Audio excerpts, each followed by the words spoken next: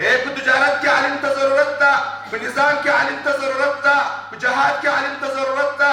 دا علماء کرام د دې وطن، دا علماء کرام د دغه دین ستنې دي مسلمانانو. دا علماء کرام خلق تربیه کوي، دا علماء کرام د خلکو مقصد رهنمایي کوي. نو دغو علماو چې خاص بیا دا د ګوریا چې دا نظام ډېر په تکلیف راغلی ده، ډېر په مشکلاتو راغلی ده. عجیبه خبره به درته وکړم. پرون مې یو شی ولیدل، یو عجیبه خبره مې ولیدله. یو ښایسته ځوان مجاهد ده، دواړه لاسونه یې پرې سوي دي په نیټ کې، دواړه سترګې یې وتلې دي. یو کنکلی ماشوم ورته یایي، زوی ورته یایي ای بابا جانه کشکې دې ما سترګه دې در کښلې وای او خپلې سترګې دې لګولې وای، کشکې دې ما یو لاس دې پرې کړی وای او خپل لاس ته دې لګولی وای. ګوره هغه خپل بچی ورته یایي. دا ښایسته ځواني چې دا ښایسته سترګې یې ورکړې، چې دا ښایسته لاسونه یې ورکړو، چې دا ښایسته پښې یې قربانې کړې، چې دا ښایسته ځواني یې قربانې کړه، دا یې دغه نظام د تحفظ په خاطر باندې قربانې کړې ده، دا یې د دې نظام د ساتلو په خاطر باندې قربانې کړې ده. اوس باید نظام ته نوره ترقي ور نصیب کړي. ګوره نور په نظام کې باید تکالیف وکړي. ګورئ عجیبه خبره ده ای مسلمانانو، نظام خو راغی. ګوره نظام خو راغی، امانت خو راغی، خو په څه رقم باندې راغی؟ ګوره په څه تکالیفو باندې راغی؟ د خدای جل جلاله حمد علماو ادا کړه.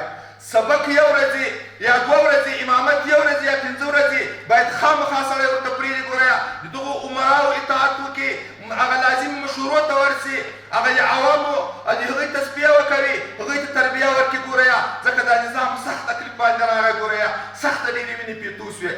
مخته شپو کې دا یوه قصه ما مخکې چې وکړه، یو زیارت ته ورغلم، د یو شهید خپله بیبي پرې باندې ناسته ده، هغه یتیمان زمن یې شاوخوا ورته زاړي. ګوره خاورې په سر باندې اچوي او په قبر باندې خولې لګوي.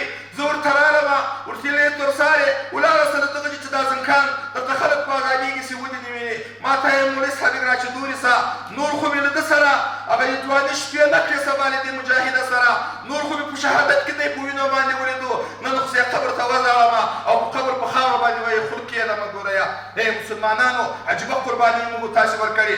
په بګرام کې یو بندي وګوره، شاید چې والي صاحب مبارک یې پېژني. ګوره متوکل مولوي صاحب خپلې کلنې لورې ټلیفون ورته راوکړو چې مولوي صاحب زه دا خپل قید په پیسو باندې مات کړه. متوکل مولوي صاحب ورته ویل چې ای لورې ما تا کله په کور کې یو شی لرو چې دا قید او دغه بندیخانه زه په پیسو باندې ماته کړم. د کلنې لورې ورته وویل چې بابا جانه ما چیرې په بند باندې یو سړي ته ورکړه، په ډېرو پیسو باندې مې ورکړه، دوه درې ښځې دې نورې یې ما ورکړه او چې به ډېرې پیسې درکړي او پیسې به راواخلې بابا جانه او د دغې فاسدې ادارې قاضیانو ته، د دغې فاسدې ادارې هغه څرنګوالانو ته بیا ورکړې. هغوی خو له پیسو ماسې وه، نه قرآن پېژاندو، له پیسو ماسې وه، نه اسلام پېژاندو. ځکه خو قرآن کریم یې شهید کاوه، مدرسه یې شهید کوله. دا مولوي صاحب ناسته نصیر شاه مولوي صاحب د دوی په مدرسه کې ما یو وخت په جلسه کې تقریر وکړو. ګوره هسې ما چې معمولي په یو دغه نواحیو کې وغږېدلم، داسې ما ته خبر راغی په ده باندې چا په د دی بل مدرسې چې نه وځي. ګورئ اوس خو علماو الله هغه مقدر وستله چې ټول قرآن بیانولی سي، حرف بیانولی سي، ټول احادیث بیانولی سي. مخکې مې نیم قرآن پټاوه او نیم قرآن مې بیاناوه. ګورئ ټول اوامر د قرآن کله بیانولی سوای. نو الله جل جلاله علماو ته اوس وخت ورکړی ده. ګورئ موږ تاسو خو دې شیخ الهند رحمه الله بچیان یو، د هغوی په مسلک باندې به ځو. دا یوه خبره که ما ترې ختمومه، شیخ الهند رحمه الله چې کله په مالټا جیل کې بندي سو. ګوره بیا محمود الحسن دیوبندي رحمه الله د ده شاګرد ورغی، هغه هم بندیخانې ورته وویل چې زما استاد بندي ده، زه نه غواړم چې زه دلته پاته سم، زه هم ورې بندیخانې ته ورځم. محمود الحسن دیوبندي رحمه الله بیان کې چې کله به شیخ الهند بوتو فرنګیانو به کوټې ته بوتو چې له هغې خوا به راتلو د کباب بوی به راپورته کېدو. ګوره یو وخت یې ډېر تک رنګ یې تک سور ولو، ما یې ملا ورپورته کړه او په ملا باندې یې تڼاکې راختلې وې، د کباب غوښې بوی راپورته کېدو.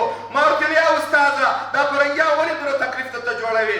دوی یو خط راته لیکلی ده، په خط کې لیکلي دي چې زه به د دې ایسته له امریکایانو او له هندوانو سره جنګ نه کوم، دو باندې امضا وکړه. شیخ الهند رحمه الله ورته وایي زه د بلال بچی نه یم، زه د امام ابو حنیفه رحمه الله بچی نه یم، زه محمد رسول الله بچی نه یم چې هغوی په دې اسلام وینې تویولې، هغوی په دغه اسلام باندې قربانۍ ورکولې. بلال صاحب په سرو شګو کې پروت و او د احد الفاظ نارې به وغلې. ګورئ نو آیا زه د هغه اولاد نه یم؟ زه به دا خبره هېڅکله ونه کړم. ګورئ حسین احمد مدني یې ما ورته ویل چې دا خو ډېره کنکلۍ خبره ده، یوه خبره خالده یې ولیکه چې زه له فرنګیانو سره جنګ نه کوم، خالده سخت پې باندې وکړه. دا مې هم ضمیر نه مني. ګوره نو ای عالمه، الله تا ته غټ منصب درکړی ده، الله خپل صفت درکړی ده، الله علم درکړی ده. له حیواناتو چې موږ الله تعالی په علم او په عقل را جلا کړي یو، په شعور کې خو ګډ یو سره، مګر په علم او په عقل یې را جلا کړي یو. دا علم د خدای غټ نعمت ده.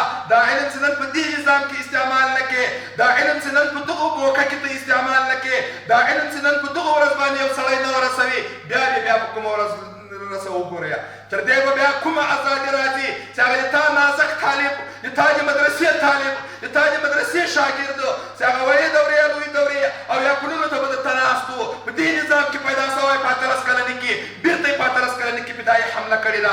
هغه خپل هډوکي، خپل وجود او هغه خپل مازغه یې په کفارو باندې ورشیندلې دي، د ما د تا د تحفظ په خاطر، د ما د تا د خور او د لور د تحفظ په خاطر. ګورئ نن به د علماو د نظام سره ډېره بې وفایي. ګورئ چې بیا مقصد دغه نظام چې په داویدو راغلی ده، هغه د کونډو په اوښکو راغلی ده چې کله په دا لارې روانې او د شهید مقصد دغه اعتماد ووینې. ګورئ سپېره بېره روانې. ګورئ ولې سپېره یې، ولې پلار مې په دې نظام کې شهید سوی ده، پلار مې د امریکایانو په یرغل کې شهید سوی ده. ګورئ نن چې ما او تا چې دغه شهید ما او تا ته دا نظام پرېښودو، په وینو یې راته پرېښودو، نن ما او تا له دې وینو سره خیانت کوو، دا به بیا ډېره غټه ناکامي، دا به ډېره ناشکرتي. ګورئ هغه حکومتي مجاهدین، ګورئ هغه د منصب والا مجاهدین، د مدرسو علماء کرام، دا ټول باید دا نظام مرکب علما وچخه ده. ګورئ دا د موږ هغه د نازکو تنکي شهیدانو وینې دي. ګورئ په دې کې باید موږ تاسې کومک سره وکړو، لکه څنګه چې جهاد فرض و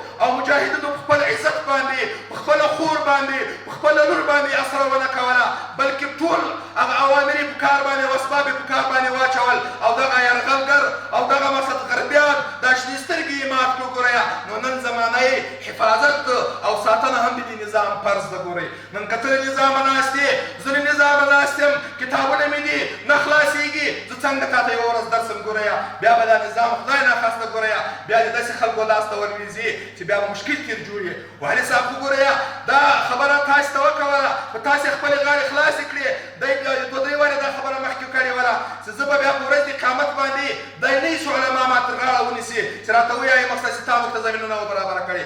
نن خو زمینه برابره ده، د هر شي زمینه برابره ده، د سبق زمینه برابره ده، د حکومتوالي زمینه برابره ده، د قضا زمینه برابره ده، د هر شي زمینه برابره ده. ګورئ بیا به په ورځ د قیامت باندې علماو الله جل جلاله ته کوم عذر وړاندې کوو، الله به درته وایي چې هغه سخت تکالیف چې هغه مجاهدینو وکړو، شهیدان پرې وسو، خویندې پرې وسوې، یتیمان پرې وسو او جوړ نظام تا ته په لاس باندې درغی، تا د هغه نظام سره څه وکړو، تا د شهید له وینو سره څه وکړو.